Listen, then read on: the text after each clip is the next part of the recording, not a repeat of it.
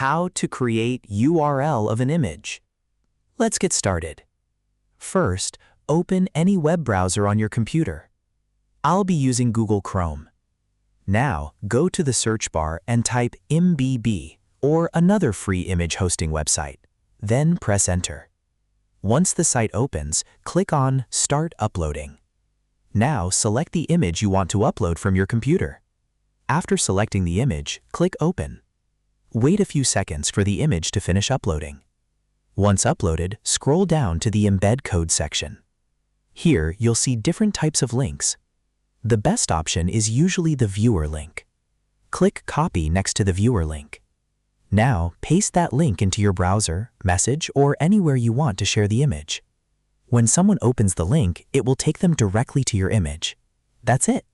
If you found this video helpful, don't forget to like the video, subscribe, and press the bell icon for more quick tech tutorials. Thanks for watching.